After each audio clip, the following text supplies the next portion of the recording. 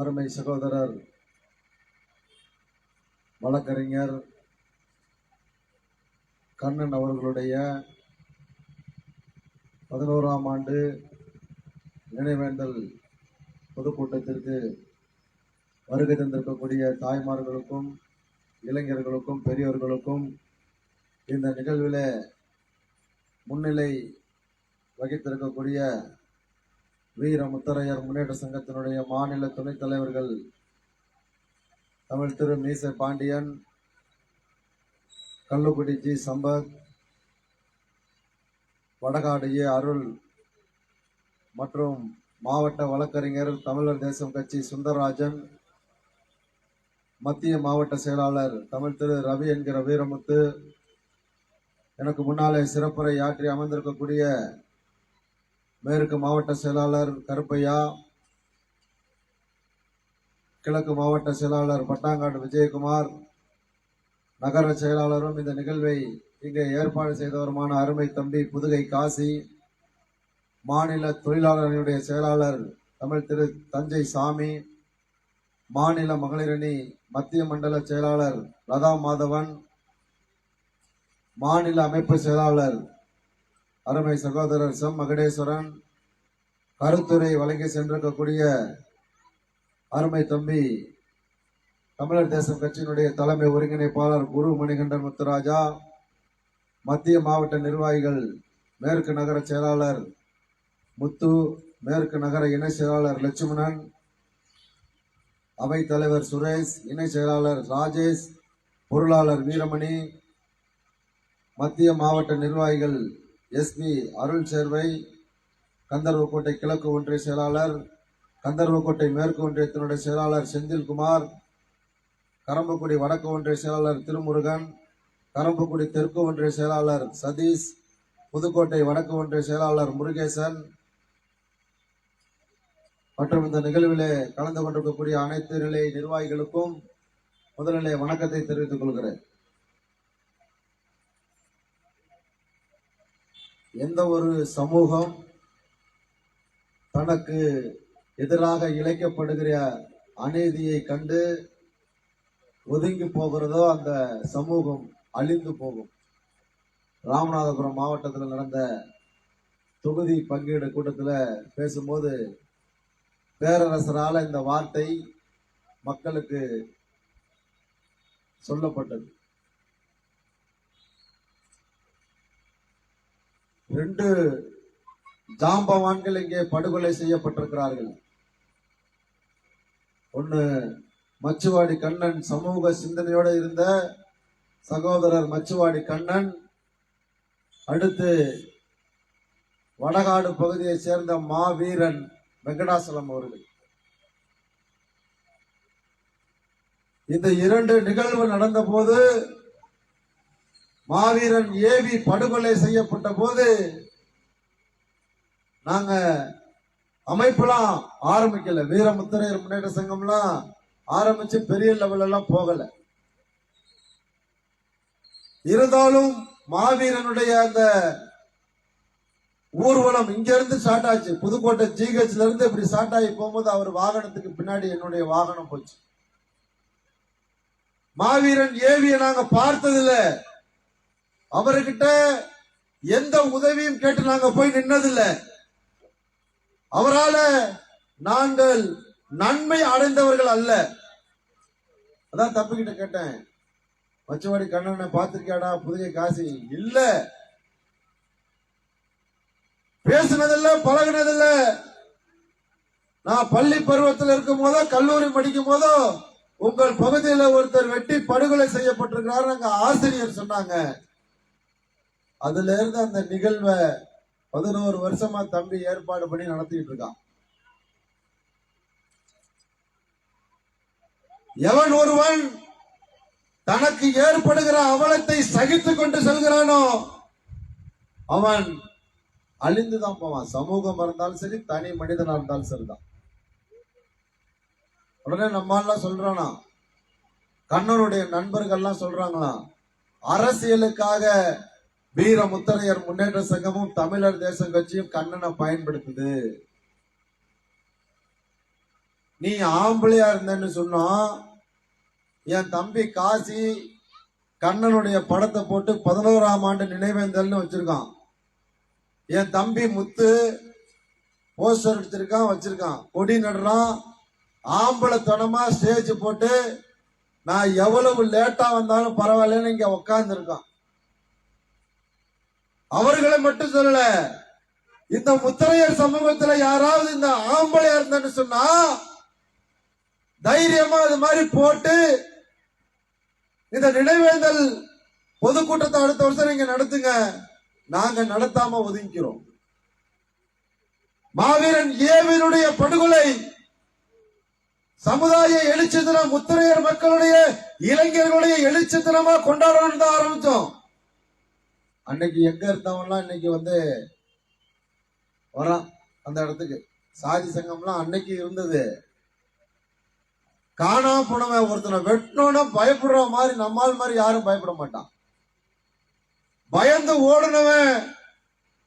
நாம ஒரு மிகப்பெரிய கூட்டத்தை அந்த வடகாடு பகுதியில மிகப்பெரிய ஊர்வலமாக நடத்துகிற போது அவன் எனக்கு அப்பன், சித்தப்பன், மாமன், மச்சான் எல்லா சங்கமும் நிக்கிறாங்க. இப்ப தைரியம் வந்துருச்சு.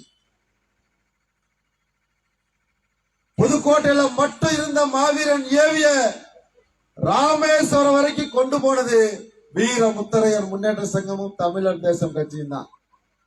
இல்லைன்னா இந்த மாவட்டத்துக்குள்ளேயே இருந்திருப்பாரு அவரு.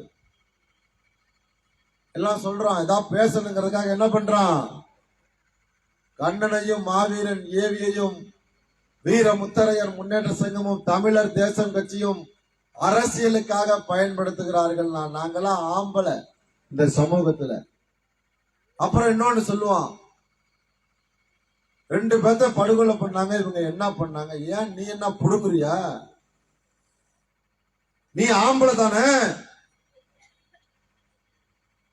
நீ ஆம்பளைக்கு பிறந்தவன் தானே, நீங்க போறது கத்தி அருவாள் எடுத்துட்டு போங்களே. தம்பி பேசும் போதே சொன்னான், உடனடியான தீர்வு ஒரே தான் அடிக்கிறது, அதுக்கப்புறம் என்ன பண்றது, 2வது பட்சத்தை நாங்க எடுத்திருக்கோம். 10 வருஷம் 11 வருஷம் இல்ல, இன்னும் 50 வருஷம் ஆனாலும் சகோதரர் கண்ணனுடைய நினைவேந்தலை இந்த மக்களுக்கு, இந்த சமூகத்திற்கு ஏற்பட்ட அவலத்தை சுட்டி காட்டிக் கொண்டே இருப்போம். தமிழகம் முழுக்க கொண்டு போவோம். நாங்க என்ன 1 நாள் 2 நாள் கூத்து 1 வருஷம் 2 வருஷம் ஆரம்பிச்சு விட்டு அதுக்கப்புறம் போடான்னு விட்டுட்டு போறோமா? சமூகத்திற்காக நின்றவர்கள் சகோதரர் கண்ணனும் சரி, மாவீரன் ஏவியும் சரி. இந்த சமூகம் பயன்பெற வேண்டும், இந்த சமூகம் கல்வியில மேம்பட வேண்டும் என்பதற்காக சகோதரர் கண்ணன் இந்த பகுதியில நிறைய கல்வி உதவிகளை வழங்கி இருக்கிறார். இலவச மாலை நேர வகுப்புகளை நடத்தி இருக்கிறார். நாங்க பார்த்ததில்ல, கேள்விப்பட்டவர் தான் சொல்றோம். அதே மாதிரிதான் மாவீரன் ஏவியும். நாங்க யார் என்ன விமர்சனம் செய்தாலும் அரசியல் கிடையாது. இன்னைக்கு 10 பாராளுமன்ற தொகுதியில 9 தொகுதியை முடிச்சிருக்கோம். நேத்தான் திண்டுக்கல் மாவட்டம் நத்தத்தில் நடந்தது திண்டுக்கல் பாராளுமன்ற தொகுதி மீட்பு மாநாடு. அதுக்கு முன்னாடி இடப்பங்கீடு எமது உரிமைங்கிற பேர்ல கிட்டத்தட்ட 28 நடத்துல 40 தொகுதியை செலக்ட் பண்ணி 28 சட்டமன்ற தொகுதிகளில் இடப்பங்கீடு எமது உரிமைங்கிற பேர்ல கூட்டத்தை நடத்தி முடிச்சிருக்கோம். இவர்களை வைத்துதான் அரசியல் பண்ணுகிற ஒரு கேவலமான அசிங்கமான ஒரு தலைவர்கள் நாங்கள் இல்லை. கேவலமான தம்பிகளை நாங்கள் உருவாக்கவில்லை. கூட இருந்தவன் மாமன், மச்சான், சொந்தக்காரன் யார் வரா? என்ன கத்தி வந்துருமா? அடுத்த வருஷமே வந்தோம். அடுத்த வருஷம் வெட்டி படுகொலை சென்ற அடுத்த வருஷம் இதே இடத்துல அவங்க ஊருக்குள்ள அந்த தெருவுக்குள்ள அந்த சமுதாய கூடத்துல கூட்டத்தை நடத்தினவங்க தான் வீர முத்திரையர்கள்.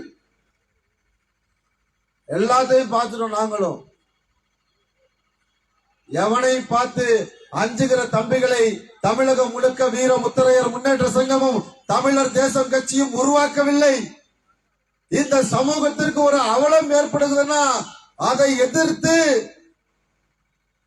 அது அரசாங்கமா இருந்தாலும் சரி, ஆதிக்க வர்க்கமாக இருந்தாலும் சரி, அவர்களுக்கு எதிராக களமாடுகிற தம்பிகளை உருவாக்கி கொண்டே இருப்போம். அதுதான் வீரமுத்தரையர் முன்னேற்ற சங்கமும் தமிழர் தேசம் கட்சியும் அரசியல் பண்றோம். எவ்வளவு சிரமப்பட்டிருப்பான் தெரியுமா தம்பிங்க? இந்த நிகழ்வை இங்க ஏற்பாடு பண்றதுக்கு பொருளாதார ரீதியா எவ்வளவு சிரமப்பட்டிருப்பான் தெரியுமா? என் தம்பிங்க எல்லாம் வார்டு கவுன்சிலர் இல்ல, பெரிய தொழிலதிபர் இல்ல. ஆனா இந்த சமூகத்திற்கு ஒரு அவலம் ஏற்பட்டிருக்கு. அந்த அவலத்தை இந்த மக்களுக்கு செவியில உரைக்கிறவரை, அவர்களுக்கு இது புரிகிறவரை நாங்கள் சொல்லிக் கொண்டே இருப்போம் அப்படின்ட்டு ரொம்ப பொருளாதார நெருக்கடி சூழல்ல கூட இந்த அருமையான நிகழ்வை என்ன ஒரு 150 இருந்து 200 பேர் இருப்போம். இதை ஒரு சமூக கடமையாக ஏற்பாடு பண்றான். எத்தனையோ சங்கம் இருக்கு. கல்யாணத்துக்கு காது குத்துக்கு போற சங்கம் இருக்கு. அவனே ஒரு மாலையை வாங்கி கொண்டு வந்து அவனே போட்டுக்கிட்டு போட்டோ கொடுக்கிற சங்கம்லாம் இருக்கு. இவ்வளவு நாளா காணாம போய் இப்ப வந்து ஊர்வலம் நடத்துறேன்னு சொல்லி 10-20 பேர்த்தோட ஊர்வலம் நடத்துற சங்கம்லாம் இருக்கு இந்த தமிழகத்துல. என்னைக்குமே இந்த முத்தரையர் சமூகம் அதை தொடர்ந்து நாம கட்சியாக வந்த பிறகு எந்த சமூகத்திற்கெல்லாம் இதே முத்தரையர் சமூகத்துக்கு ஏற்படுகிற அவலம் ஏற்படுகிறதோ அந்த சமூகத்திற்காகவும் தான் தமிழர் தேசம் என்கிற பெயரில் நாங்கள் களமாடி கொண்டிருக்கிறோம் தமிழகம் முழுக்க.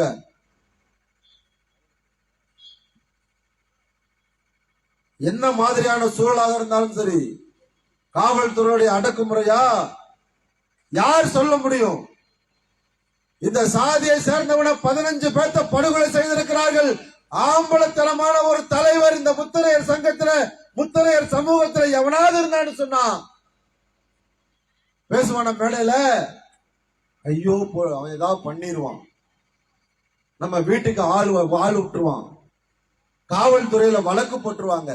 அப்புறம் எதுக்குடா நீ சமூக தலைவரா இருக்க கேக்குறேன். வெக்கம் கெட்டவங்களா, மானம் கெட்டவங்களா, சூடு சொரணை இல்லாதவங்களா? காவல்துறையை பார்த்தா பயம். ஆதிக்க வர்க்கத்தை, இந்த சமூகத்தை படுகொலை செய்யறவர்களை பார்த்தால் பயம். ஆனா நான் சமூக தலைவர்னு சொல்றான், வெக்கமே இல்லாம, சூடே இல்லாம, சொரணை இல்லாம. அதோடு கூட என்ன பண்றான்? அரசியலுக்காக இவர்கள் மாவீரன் ஏவியையும் அருமை சகோதரர் கண்ணனையும் பயன்படுத்துறான்னு சொல்றான். நீ ஆம்பளையா இருந்தா நடத்து கூட்டத்தை, இன்னொரு கட்டப்பட்ட நடத்து. மாவீரன் ஏவியனுடைய நினைவேந்தல் கூட்டத்தை நான் 1 வாரம் கழிச்சு இதே இடத்துல நடத்து. 10 பாராளுமன்ற தொகுதியில குறைஞ்சபட்சம் 5000க்கு மேற்பட்டவர்கள் வச்சு பாராளுமன்ற தொகுதி மீட்பு மாநாடு நடத்தி இருக்கிறோம். ஆம்பளையா இருந்தா நடத்து. 40 தொகுதியை தேர்ந்தெடுத்து 28 சட்டமன்ற தொகுதியில இடப்பங்கீடு உரிமைங்கிற பேர்ல 1000க்கு மேற்பட்டவர்களுக்கு நடத்திருக்கோம். நீ ஆம்பளையா இருந்தா நடத்து, நீ அரசியல் பண்ணு. அதெல்லாம் விட்டுட்டு கேவலம் முதுகு பின்னாடி நின்றுகிட்டு அரசியல் பண்றோமா? இன்னைக்கு தமிழகத்திலேயே ஒரு சாதிய அமைப்பு உயிரோட்டமாக இருக்கிறது, ஆளுங்கட்சிக்கு நிகராக கூட்டங்களை நடத்துகிறதுன்னு சொன்னா அது தமிழர் தேசம் கட்சியும் வீர முத்தரையர் முன்னேற்ற சங்கமும் தான்.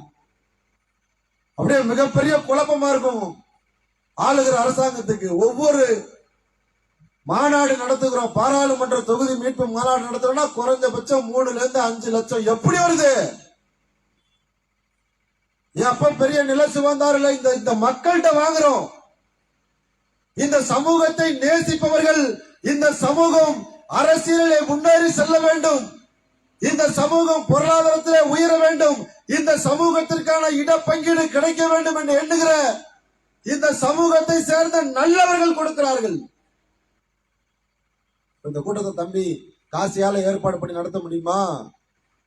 இதே டவுனுக்குள்ள இருக்க இந்த சமூகத்தை சேர்ந்த நல்லவர்கள் கொடுக்கறாங்க, நாங்க நடத்துறோம். அத போய் அரசியல் அப்படின்னு சொல்லிட்டு கேவலப்படுத்திக்கிட்டு உங்களை நீங்களே கேவலப்படுத்திக்கிறீங்க. அதிமுகவுல திமுகவுல இருக்க முத்தரையர்கள் அரசியல் பண்ணணும்னு நினைச்சுன்னா இந்த மாதிரி கேவலமா பண்ணாத. எல்லா தொகுதியிலும் நிறுத்த போறேன். உள்ளாட்சி பிரதிநிதியா முத்தரையர் மக்கள் பெரும்பான்மையா வாழுகிற அத்தனை இடத்துலையும் அத்தனை பஞ்சாயத்து தலைவர் ஒன்றே கவுன்சிலர்